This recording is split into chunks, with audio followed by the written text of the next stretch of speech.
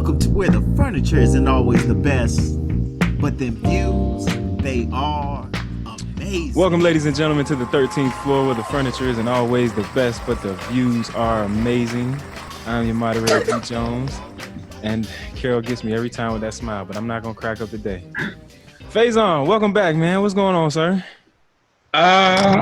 Good, man. Everything is well. Just, living here with my coworker / wife / business partner, and we haven't killed each other yet, so it's been good. We had a good time. We got to have a podcast on that, man. We can definitely relate on that whole situation. BJ, what's going on, bro? Blessed and highly favored, brother. Blessed and highly favored. There it is. Haven't heard that in some time. Sir Fresh with the Wakanda Forever in the background. What's going on, brother? Blessed and highly melanated. We out here, good skin and all, in the quarantine, we got this self-cut system going on, so we trying not to stay scruffy, puffy, or whatever Puffy said he was.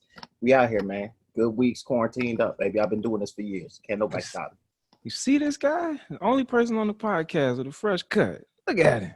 Shining. Shine on, man. Shine on. We out here. Coach K, what you got going on, brother? What's happening? Since everybody blessed, I'm blessed and libationated. I'll drink to that. What we sipping on tonight? Man, you know what? I am so happy that you asked, man. You know what?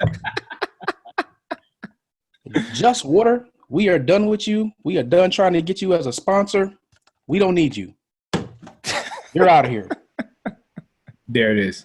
Ladies and gentlemen, we do need to celebrate our fellow alumni's Tequila Terramana by Dwayne "The Rock" Johnson. Hey, there we go. Hey. And Dwayne, Rocky, you are on notice right now.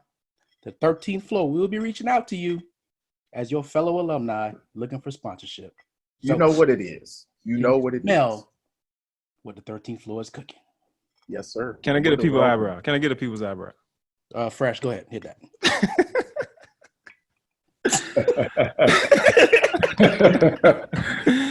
Coach K, we sticking with you, man, to introduce our lovely guest this evening, man. She was on live with Carol a couple of days ago. She decided to continue that conversation with us here on the 13th floor. So without any further ado, Coach K, go on and take it away. Man, look, let me tell you what happened, man. So I had a live that I thought was dope. And then this young lady said, hey, you said something on there. I might be able to help out. So I had another live, and my live turned out to be a joke because this young lady, all of a sudden, the live blew up. It's probably the most views out of all the lives I've done. And it was just so fire that people just continued to share it. And even after it was gone, people were asking me for it, and it was too late. It's gone, right? So let me tell y'all about who we have on the podcast, because the people demanded and requested, we want more, we want more. So we said, we're going to show up and we're going to give you more. So ladies and gentlemen, we have the pleasure of having a Fortune 250 company, best to work for 12 years with CSX. For those of you, you remember the song, I've been working on the railroad. Well, she doesn't work on the railroad, but she works for the railroad, CSX. She is an HR, talent management, and diversity professional. She is a certified group fitness and cycle instructor, not to be confused with a spin instructor, cycling instructor. She's also an entrepreneur. She runs a company called The World of HR. And somehow, after all of that, she still finds time to be a great mom of a young man. And when I say he is a man, he is a man. Like that's whoa. I don't want to feed him. And she's also a member of Zeta Phi Beta Sorority Incorporated. Ladies and gentlemen, please golf clap for Sabrina. Kettelyne Jozil. I'm out here giving out people's government middle name and everything. Whole government name. No, whole government name. But yeah, Kettelyne Jozil. Kettelyne, welcome to the 13th floor. Thank you, gentlemen. Thank you so much. Oh, my bad. And also fellow Hurricane. Oh, yeah. First and foremost. Right. Years of my life, took years of my life. But thank you, gentlemen, for having me. First and foremost, I truly appreciate the opportunity to speak on your platform and to share my knowledge and my skill set. And I just hope that, that I give the people some answers to questions that they have, and I'm able to debunk some myths that they have and just share knowledge. Absolutely. Back to you, Brett. Thank you, Carol. Thank you, Carol. So, Caitlin, man, how in dealing with this coronavirus pandemic, how have you been impacted thus far? Can you hear me? I can't hear. Hello? Can you hear me? Y'all know I'm technically, Challenged. Can you hear me? now I can hear you. All Is right. that better? Yeah. Welcome back. There you go. Thanks. I don't know what happened, but I'm technically challenged. I know how to use systems, and that's about it.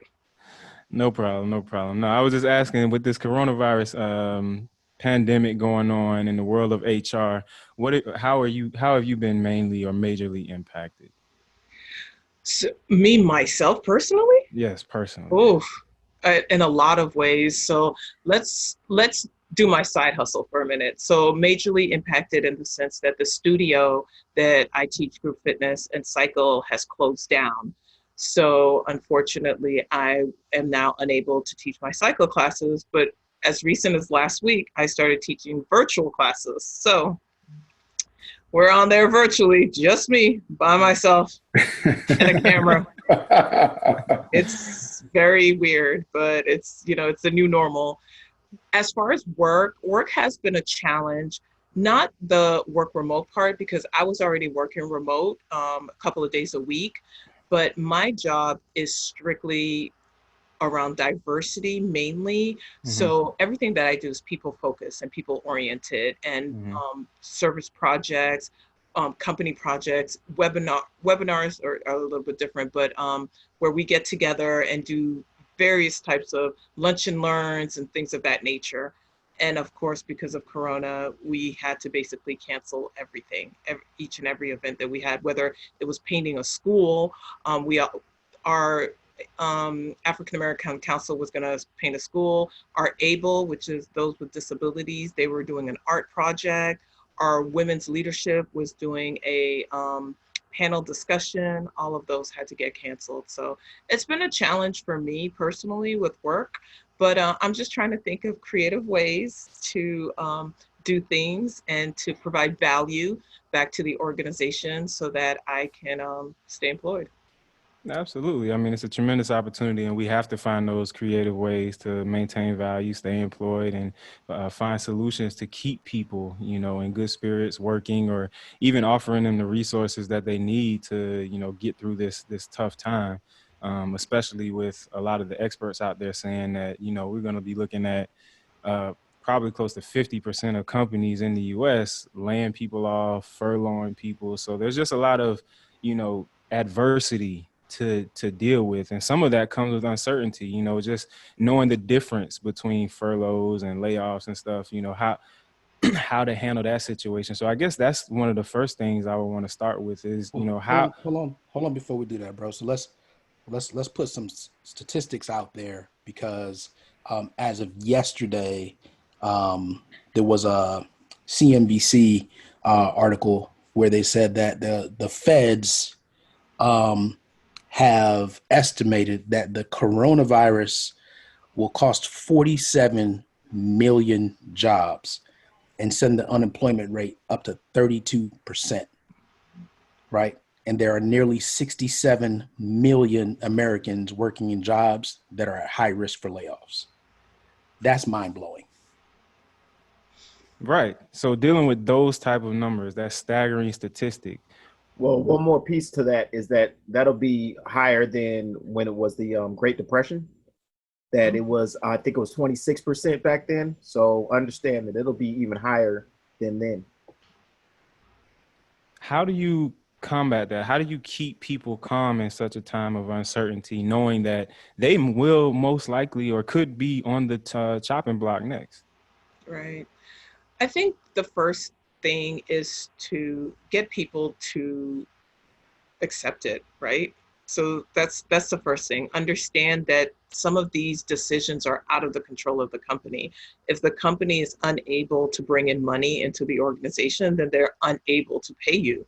So that's the first, is not take it personal. This is not personal. It has nothing to do with you as the individual. This all has to do with economics and money. And then I would also say that, this is the best time for individuals to look at all the other things they've ever wanted to do, right? All of the other opportunities that are available to them, whether it's going back to college to continue your education. Maybe it's getting a certificate in something. Maybe it's taking a development course that you've been interested in. Maybe it's starting a business. This is the perfect time for us to just take a break and just say, okay, what else is there out there that I really love to do, that I truly enjoy? And how do I now make that a focus while I still either one, work, and or two, look for another Sure career will. option? But let me go back to your furlough question, right? So myths, one of the things that I talked about earlier is understanding the difference between furlough, laid off, termination, RIF, which is reduction in force, all of those terminologies, right? Understanding what each terminology means for you as an individual when it happens to you. So the easiest one, terminated.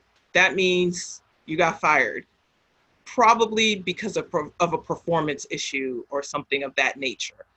Laid off means that the company does not or cannot make enough money to keep you employed. So this has nothing to do with your performance. This has no bearing on you as an employee. It just means the company does not have enough money in order to keep you or whoever employed. Furlough means at this time, the company may or may not have enough money to keep you employed. Typically, furloughed employees will go back to work. You'll see that a lot in seasonal jobs and industries, but furloughed employees will go back to work. Reduction in workforce is exactly what it means. It's when a company scales down. So understanding what each one is important, because that's where your benefits will then align, right? So if you're furloughed, it'll be harder for you to get unemployment benefits, because in a furlough, the goal is you're going back to work in a week or two. So there's a time lag in between each. In a layoff, you can go immediately and get unemployment benefits. The day you get laid off, you can go and get unemployment benefits. So really understanding what each one is very helpful, because it'll help you make a better decision for you and your family. And that decision is like whether you got to take sick time or take paid leave off. But in a furlough situation, is the company still paying you for a certain amount of time after that, or is it? Sometimes, yeah. Like some organizations will pay you. So if I furlough you, I may pay you 2 weeks out, right? I say, hey, listen, I don't think I'll have work. I don't have work right now. I think the work is going to come back. I'm going to pay you for these 2 weeks to basically hold you. That's their way of holding you, saying, I'm going to try to give you a job in 2 weeks, your job back in 2 weeks. Now, once that 2 week now comes, you have an option. You can either take your vacation time, your sick time, or you can go into furlough status. Once you go into furlough status, you can go work somewhere else.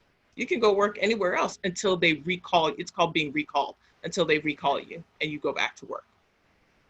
Now, how does that work with the two different labor markets, I guess? So like the union versus non-union workers.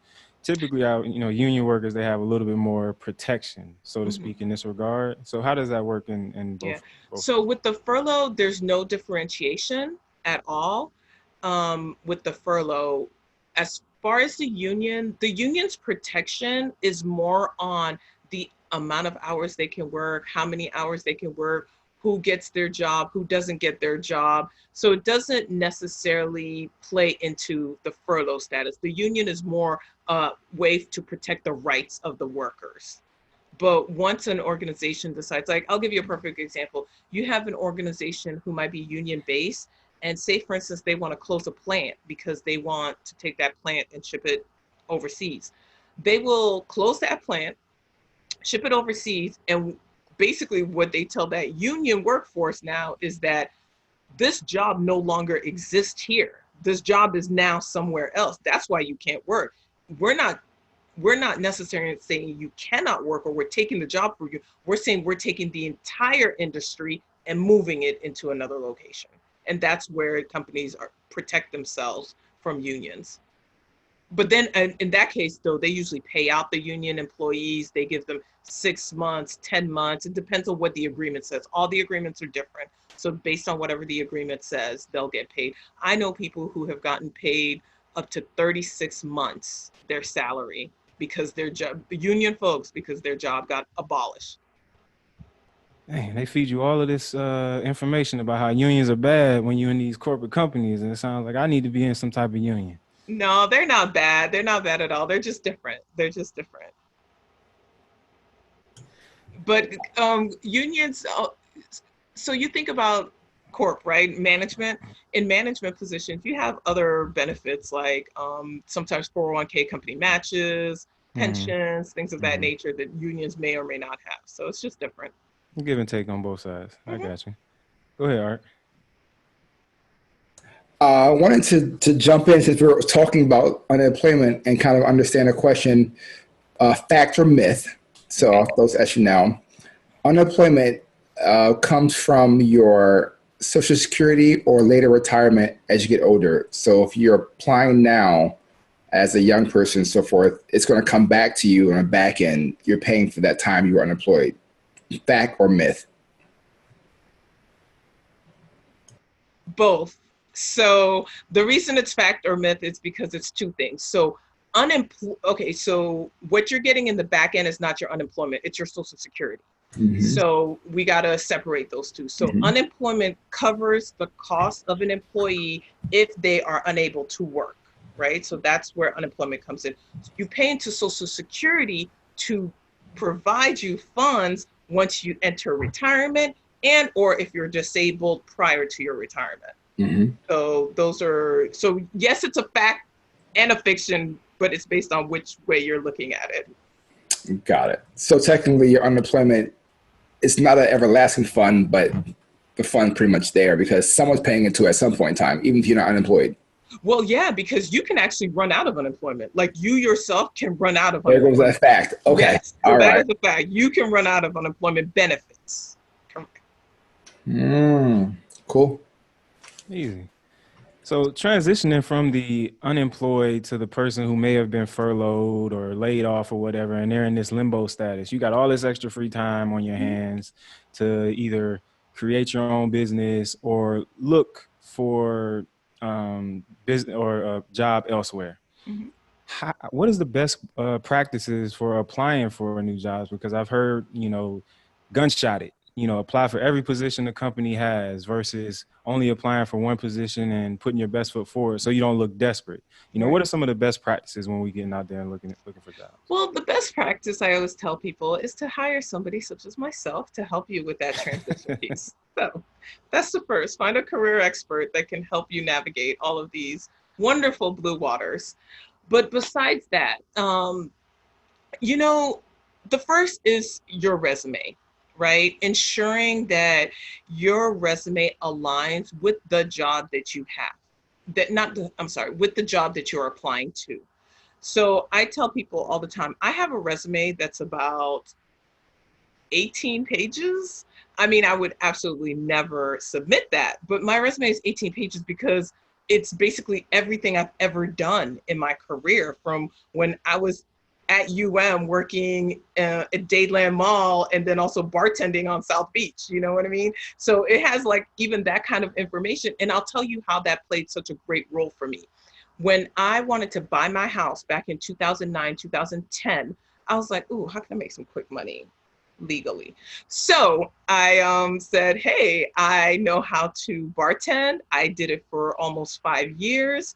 And what I did is I took that job description, and then I went back and looked at my resume from the things I used to do when I was bartending, even though it was years ago. And that's what I put on my resume when I applied for the bartending job. And I got it. And they didn't need to know everything else I did. At that time, I was at CSX, but they didn't need to know that because that was not relevant to them. that was not relevant in any way, shape, or form to them. They need to know, do I have the skill set to work in a service industry? And so those are the jobs that I put on there, the service industry jobs I've had in the past. Right. So thinking about that at this point, how do people just begin even that thought process of going back to what you said earlier of, hey, this might be the time where that leap to that career that you would have never taken if this didn't happen? How do they start putting together those things that could be translatable to the career they really want, or the position they want, or that entrepreneurial endeavor that they want? Right. So on the entrepreneurial end, it'll be a little bit different because that is going to be so subjective based on the true essence of what you want to do, right? So Carol, you may currently be a manager, but you want to, I don't know, think of something really strange. You want to open a Jimmy John's franchise. Like you want to be a restaurateur. Like that's something that has been passionate of yours. And now you were recently, laid off for whatever reason. And now that is going to be a whole different conversation of how do you transition into being a franchise owner than if you came to me and said, hey, Kettelyne, I'm really looking to go into corporate America. I want one of the big 10 companies. That's my focus. That's where I want to be. That's a different conversation because the way in which you apply obviously is different versus starting your own restaurant business. But the first thing I would say is when it comes to career transitions and changes, is to really understand that role that you're trying to go after. And do you have the skill set, the education, and even a little bit of the experience to go there? I think in our live, we talked about employers want that learning curve to be as short as possible. So no employer is going to hire you if they have to spend, they've already spent thousands to bring you on board.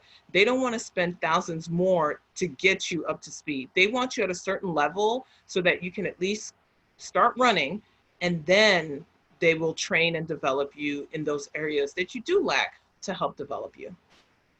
Right. So I think one of the things that we talked about on the live that I think is relevant at this point, you talked about the importance of keywords. Mm-hmm. Right. And setting up yourself for that next job. So can you talk a little bit about that for maybe some of our audience that wasn't on our live? Absolutely. So when you apply for a job, and a lot of times people say, oh man, I sent 100 resumes and I got nothing back. And I tell them a lot of times the recruiters use what we call ATSs, applicant tracking systems. The applicant tracking system reads your resume before an actual person reads it. So if I'm a recruiter and I say, read the word sales, Microsoft Cloud, and people management or something like that. If those 3 words don't populate on your resume, then the ATS kicks it out. I don't even see it. It just kicks it out. So I give people an example. If 1,000 people apply for a job and I tell the ATS keywords or even key majors, a lot of times, even key majors, that's why I tell people a lot of times, don't put your major on a resume because certain companies want certain majors, but key majors, and then 500 people come. So the ATS read what I wanted, the criteria, and shoots me back 500. Now I have 500 resumes, right? It's one position. So I'm like, okay, how can I narrow that down even more? How can I filter it down even more? So I may add more keywords, or I may look at location or certain things to bring it down even more. At that point, I will probably take the first 20 to 30 that I see, and those are the resumes that I actually read. Like I actually put my eyes on this resume and I could review and decide if I want to move forward with that person with a phone screening. At first 20 or 30, just curious, is there a way that that's populated? Is it alphabetical order? Is it just the first 20 or 30 that was submitted online, and out of that 500 that was down? How is that 20 or 30 populated out of that 500 when you say just take the first 20? It's whatever I decided to be. So I could say, give me the first 20 that lives. If our headquarters is in zip code 30029, I say, give me everybody in 30029. or within a 15-mile radius of 30029. That might just be it. It might be something as simple as that, but the recruiter gets to decide on that. Right. Or BJ, using the keywords, you could say, I'm going to set it up on a percentage scale. Oh yeah, you can do that too. So if you hit this number on the percentage scale, then let me get that one. Yeah. It's called weighing. It's called weighing those questions. So you know how when you apply for a job, it asks you these questions sometimes, and you're like, these are arbitrary. Why? Well, it's a scale. They weigh the question. They're like, do you have PMP? If you have PMP, then that gives you 80%. Versus if you don't have PMP, then it only gives you 22% or whatever the number they decided to be. So yeah, it's a weighted question, weighted scale. Right. And then one of the other things that they'll do is they will take your current existing workforce and look at that profile and where your average employee scores for the particular positions that you're looking for. And then now they'll ask questions that will assess the candidates or people that are applying to see where they fall. And they will show you where that candidate falls compared to your average employee that you have in that position. That is true. I want to stick with the resume a little bit, Kettelyne. Can you give me your take on the professional resume writing services? Personally, I recommend them to all of my friends that are looking for new jobs. And the reason being, I've written my resume several times myself. I've sent it to that friend who has the A in grammar or just is great with words for them to polish it up. And never quite got the same traction as I did when I sent it to the professionals, and they just revamped the entire resume. They took it from 1995 and brought it into 2018, 2019 for me. So can you give us your take on that just a little bit? Yeah, it's an art form, right? I look at it as art, just like the painting behind me or anything else. So with the resume writing, one of the things I try to encourage people to do is understand the role that they're applying for. It starts there because that's the marker. The company wants to be able to say, hey, Carol, hey, Brian, hey, Art, hey, Ian, hey, Brett, you can do this job because you've proven on a piece of paper that you've done it in the past, right? Or at least you can do this job fairly easily or fairly well or fairly better than another candidate because you've proven based on your words, and because that's all they have of you is that piece of paper that you can do this job. So I tell people, you'll see somebody put a resume and it's administered this, and it'll be the same adjective all the way down. And so thinking creatively about what you do, right? One of the things I tell people, okay, so I love this. Okay, this is my strong suit. So it could be anybody in the room. Give me just a bullet of what you do, like in your role, a quick description of what you do in your role. Okay, I'll go first. Okay. Manage budgets, manage people. Okay, stop right there. Manage budgets, right? So I would say something like, and mind you, I'm totally making this up because I don't even know your industry right now, but I would say something like, manage $80 million budget encompassing purchasing, payroll, and I would think of something else, but something to that effect. So you just said manage budgets, which is great, but it's like, how do you manage budgets, right? How do you ensure that you stay under budget? So manage and maintain budget of $80 million for 3 years in the areas of purchasing, materials, and payroll. That's your bullet. 2 completely different stories. Completely different story. Tells that hiring manager and that recruiter, oh, this person knows purchasing and materials. Oh, this person understands payroll. Oh, let me get some more now. Let me find out more about this individual. And so next step is once you've gotten that resume kind of all together and you get into the interview, one of the biggest another big hurdle is that negotiation factor.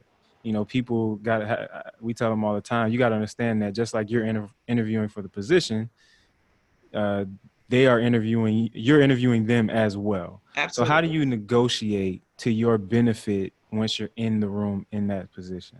Hey, before we go to that, Yes. In the resume, how often would you say, and look, I know you don't know every industry, every company, Mhm. how often would you say that the keywords are tied into either their core values, their mission, or their competencies?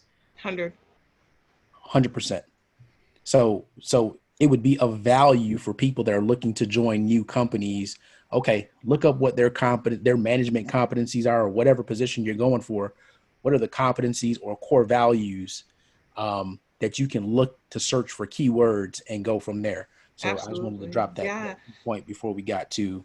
Yeah. No, you'll even see that within the job description itself. Usually I'll tell you the job description, education, and then I'll tell you a little bit about the company, and then I'll tell you the company's mission, vision, core values within actually the job description. So it's absolutely paramount that you understand that and that you know the organization that you're applying for. Awesome. I just wanted to get that before we got the job and Absolutely. now started. Can I also add one more thing to the resume? Please And do. I don't know if we talked about this on the live or if we talked about it when we were chatting one-on-one. You know, I encourage people to be honest in your resume, because a lot of times people will stretch the truth and stretch their skill set, and it backfires. And especially if you're in a tight-knit small industry, recruiters talk to each other, they know each other, and we have stories of who applied for who, and a lot of times we don't say names, but the story will be so similar that you're like, wait a minute. So be honest in your resume, be honest in your skill set and your education and all of that, because it could hurt you and make it more difficult for you. A lot of companies will take you for what they see, and they will develop you and groom you and grow you. And so take a chance with what you have, what you know you have. Cool. So going back to the negotiation factor, Yes. how do you best go about getting that dream job at the salary that you want with the benefits that you're entitled to? Right.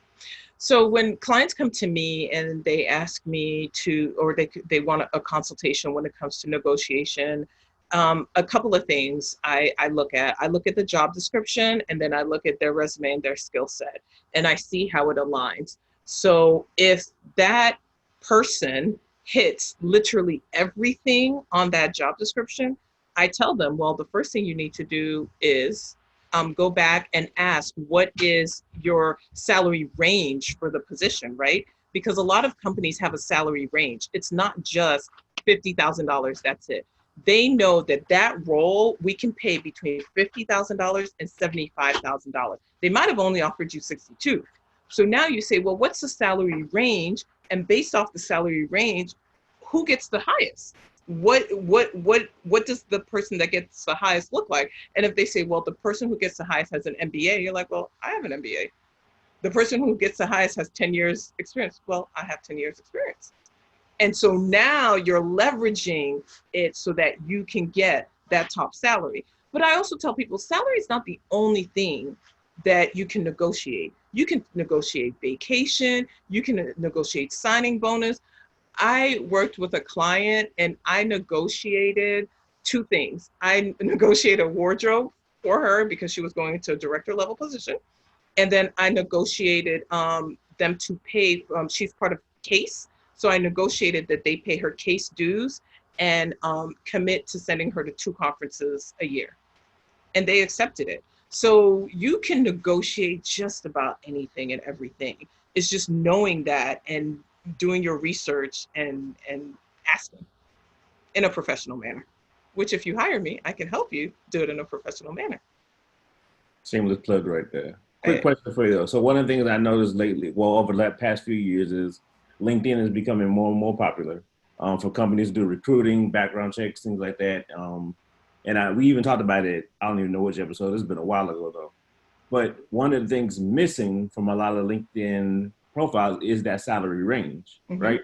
So when somebody's looking for these positions or looking for maybe the possibility to move, they like the position or whatever, what should one do? Besides, I know you can research the average salary for that type of position. If I really like what this company is saying in a position, I know I can go in and apply for and pretty much do the job because of commensurate on my experience. How does one start by even thinking about applying for it when there's no salary range there? What should a person do in that case? Right. So a couple of things. You can go to, websites like Glassdoor to see what the salary range is. But one thing is the actual job itself, right? So the job itself will lend to a particular salary range if you're in that industry. If you're outside of that industry, that's different. And Carol could probably tell me this, a sales manager in Miami, Florida is going to make different money than a sales manager in Nashville, Tennessee, or Corbin, Kentucky, or anything like that. So even though it's the same job, just because it's in a different location, the salary is going to fluctuate. I say if a recruiter approaches you through LinkedIn or one of those mediums, the first thing that you need to ask them is, how competitive is the salary? That's what you need to say. How competitive is the salary? If that's a strong recruiter, they will give you the range. Before you even really start a process or anything, they will give you a rate, because now they know, okay, this person knows what they're talking about and they know how to navigate this system. How do you go about emphasizing value in all of that? So say you get, I don't know how many of your clients have come to you and salary and what they can gain is more the focus versus the value that they can bring from either to either the organization or whatever the entity may be. How much emphasis do you end up putting on value in that regard, and not things like, or the tangible salary or, vacation and such? Intrinsic value, I say, yeah. Right. It depends on the entire package, right? What is this package that you're receiving? Because the salary may not be exactly where you want it to be, but what if that company matches your 401k dollar for dollar up to a certain percentage? That's money now that you may not get today, but it plays into your retirement, and it's money that you'll get later on. That may be more valuable than an extra $1,000 that you can ask for today. So it's really understanding, what does that entire total package looks like for your compensation and benefits, and then determining, okay, where do I want more? Where do I want less?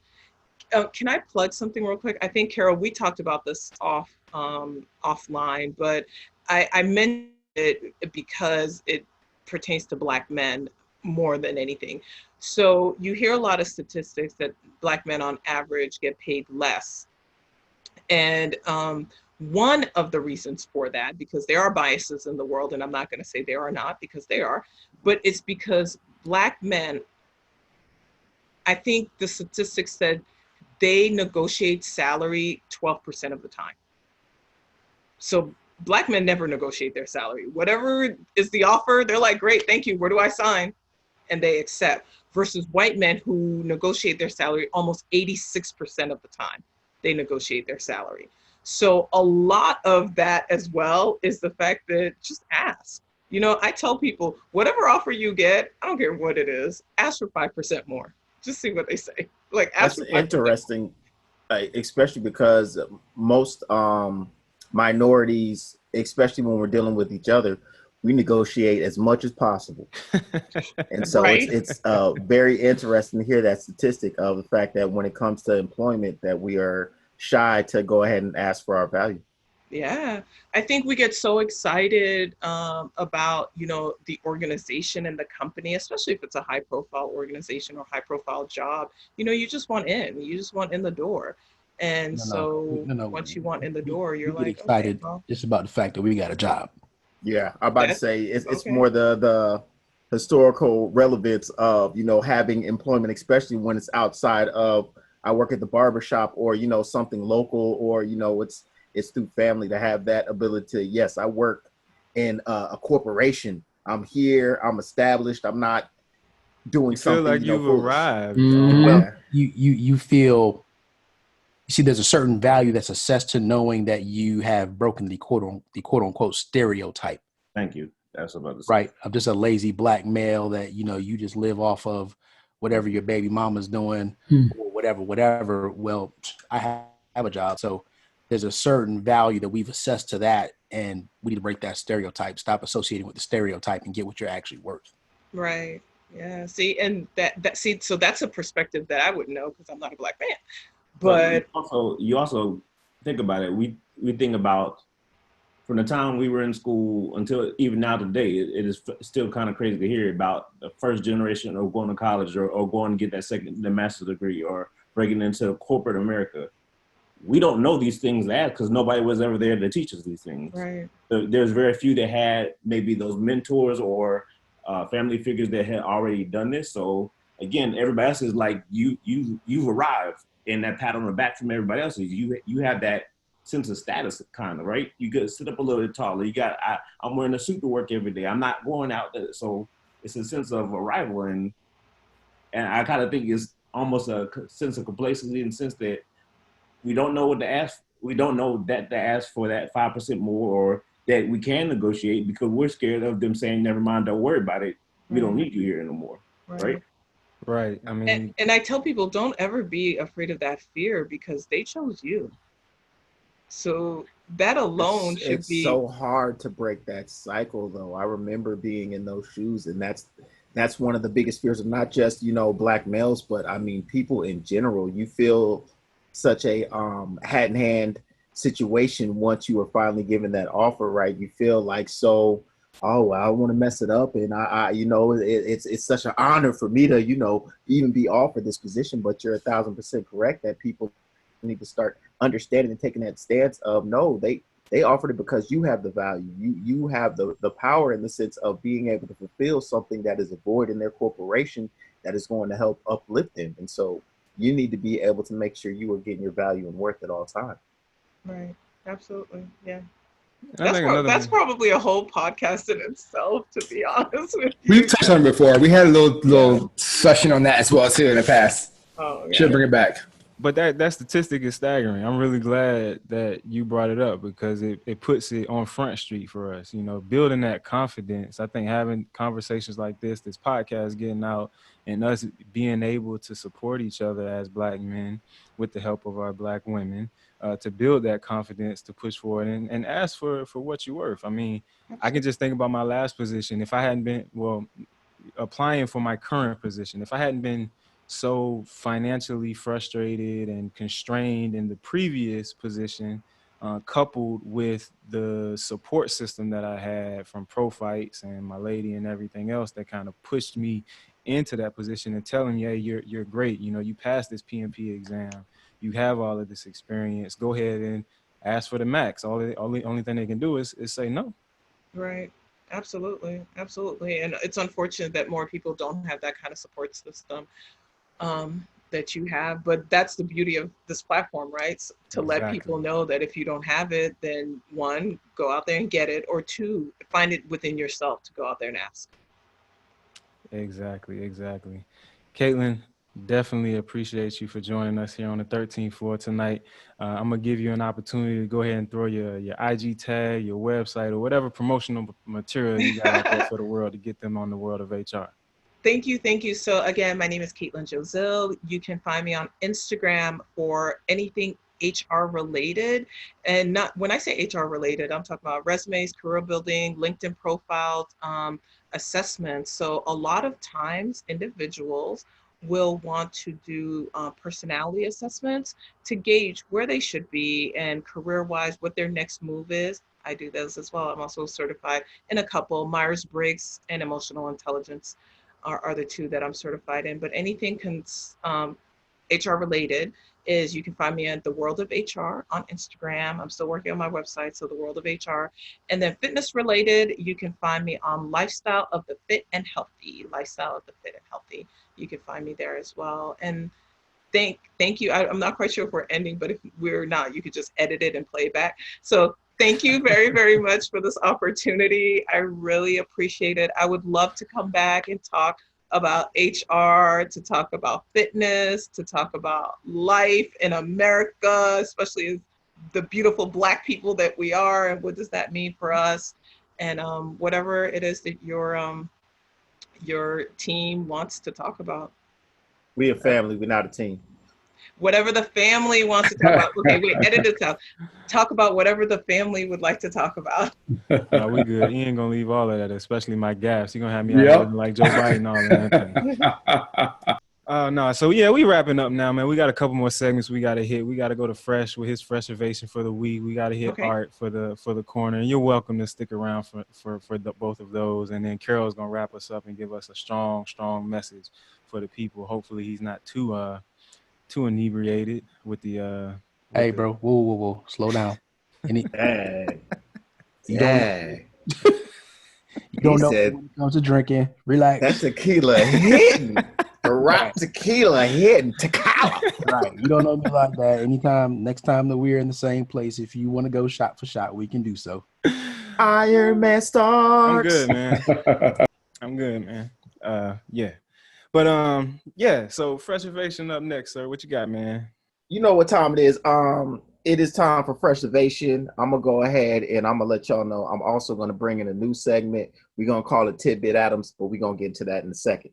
So it's Adams. Yes, Freshivation for this week. I got questions. The challenges of my life will not trip me up. I am committed to my goals and my success. Today I affirm dedication to overcome life's challenges. I think it's especially relevant right now. Everybody's dealing with this quarantine situation. Don't allow that to trip you up from your focus and from accomplishing the things that you want to. Take this time to realize that it is an exhale and a time to breathe and to go ahead and calculate your next steps forward. A lot of you guys need to take this opportunity, just like Caitlin said, to go ahead, whether it's a certification. It may not be taking an entrepreneurial endeavor, but it might just be around, increasing the amount of knowledge you have in your field, getting that certification, taking that course, whatever it may be. Go ahead and take that time now. We have weeks, if not months, to go ahead and accomplish things that we've waited a lifetime to do. Make sure to do it now. Next segment, Tidbit Adams. We are here, we are live. I'm gonna bring you a tidbit every week of just, some random good information. My tidbit for this week, hold on, I gotta get back in the system. But my tidbit for this week is I found a very dope website to help you pass time. Even though I'm an advocate of entrepreneurialism, I'm also an advocate of making sure you find a way to enjoy your downtime and be motivated, enjoy yourself, all that good stuff. So with that, I found a dope website. It is archive.org/details/console living room. Again, archive.org/details/console living room. I'm going to go ahead and throw that bad boy right there. Y'all can go ahead and see it. But on this website, you can go there right now, and there is every console up to, I believe, like the PS2 is on there with all the video games that are on that console, and you can play them live and direct online for free. No issues, no worries. Go back to your childhood, enjoy yourself. Tidbit Adams, we out. It's Freshivation, it's all that. Go to Art. And you doing this on the computer? That is a computer. That's what the website is, on a computer, and so you could, flip it around. You can see it on your phone. I'm not even sure. You might be able to play it on your phone. I haven't got that advanced. In all honesty, I just got Spider-Man for the PS4 to pass my time. But we are talking about archives.org/details/console living room. Enjoy that tidbit, Alex. I have to throw that at Nia, see what she do with it. All right, we coming your way, sir. What's happening? I have two-part for today. One, for those who have been furloughed. I have friends who've been furloughed, and I want to send a message out to all of them and all those across the country that are listening to this process. Don't think that it was you that caused the furlough. Like Kettelyne said earlier, it was a business decision, and you can't take that personally on what you did, but you can reflect on that time and say, how can I come back better, stronger here or somewhere else? So if there's 2 weeks before, like Fresh has said, go online, find out what you want to do. You want to go to con.org, whatever it may be, pick your thing, learn something new, come back with a more refreshed view on your position so they can use that to jump to the next position or jump to the next level or another company. So don't just accept and sadden yourself and kind of watch Netflix and just soccer and somber down to nothing. Really go in there and actually understand that it wasn't you, it's not personal, it's just the business mindset of the company you're in at the time. So that's for those who work furloughed. Now, those who are currently still employed, you pass around one. There's still more coming. Don't take it for advantage. Don't think that, oh, this is going to be okay. Cut your unnecessary spending. Think about how you can prepare your family and yourself for that next step if you don't get cut. Right now, we're all on making the band, and you just made the first cut to the next round. So you got to make sure you take care of yourself, plan and prepare and go forward. Don't be a hoarder, but also don't overly spend or do things that will take you out of your comfortability zone in case something does go wrong with yourself, your wife, your family, whoever it may be. I'm glad you said that, man, because that brings you back to a point. I won't cut you off, but I just want to say great analogy with the making the band. I just want to, and shouts out to Scruffy Puffy right now. Making the band is coming back. Go ahead, Brett. My bad. The resources for the people that were furloughed or laid off, or even if you're a small business owner, man, this $2 trillion stimulus bill, there is a lot of resources, benefits and things. Everything is explained in this bill. A couple of websites that Kettelyne actually shared with us earlier as we were coming up with our topics of discussion, one being kff.org. They have a summary of all of the key provisions in that Families First Act. So if you're wondering whether or not you qualify for unemployment or any of these leaves or whatever to make sure you got some income coming in, you can definitely check it out at kff.org. Also, the Visual Capitalist, they have what they call the anatomy of the whole $2 trillion bill that outlines all of the money, where it's going, and how it can most benefit you. So the resources are there. Your state, your local governments, the Labor Department websites, hit them up. Make sure you get your unemployment claim in ASAPidly so you can keep your lights on and keep the money funneling in until we get past this rough time. Coach K, what you got for the people? What I got for the people, I'm still thinking about it, but what I got for you is you need to tell all the people where they can catch this podcast at. iTunes. Heard that, Kettelyne? iTunes, Google Play, SoundCloud, YouTube, Vimeo, Spotify, and anywhere else you listening to your podcast or viewing your podcast. Get with us at 13th Floor, please, on all your social media platforms. We're going to be blasting this one out this week. Make sure you get to listen in early and often. You want me to take it now? I'm ready for you. All right, so I'm gonna give y'all a Jermaine Jackson quote in reference to this job situation.